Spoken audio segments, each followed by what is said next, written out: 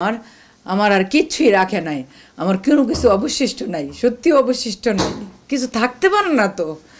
যার সন্তান হারা সেই বুঝে যে তার কিছু অবশিষ্ট থাকে, কিছু অবশিষ্ট নেই আমার, আমার শেষ হয়ে গেছে সব, আমার সব শেষ হয়ে গেছে।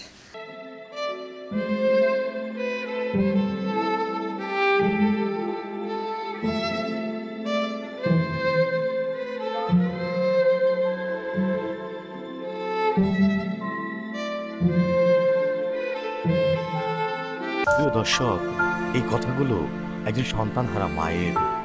গত 20 তারিখ মধ্যরাতে বুয়েটের 3 শিক্ষার্থীকে একটি বেপরোয়া প্রাইভেট কার ধাক্কা দেয় এবং ধাক্কা দেওয়ার সাথে সাথেই সেখানে স্পট ডেট হয় বুয়েটের 3 মেধাবী শিক্ষার্থী।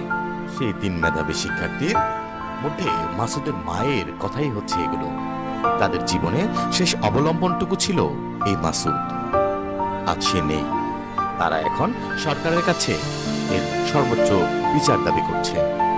বেপরোয়া প্রাইভেট কার চালকদেরকে আটক করা হয়েছে রূপগঞ্জ থানাতে এবং তাদেরকে ডোপ টেস্টের মাধ্যমে জানা গেছে তাদের 3 জনের মধ্যে 2 জনই ছিলেন মদ্য নেশাগ্রস্ত অবস্থায়। তারা গাড়ি চালিয়ে সেই মেধাবী 3 জন বুয়েটের শিক্ষার্থীকে নিহত করে।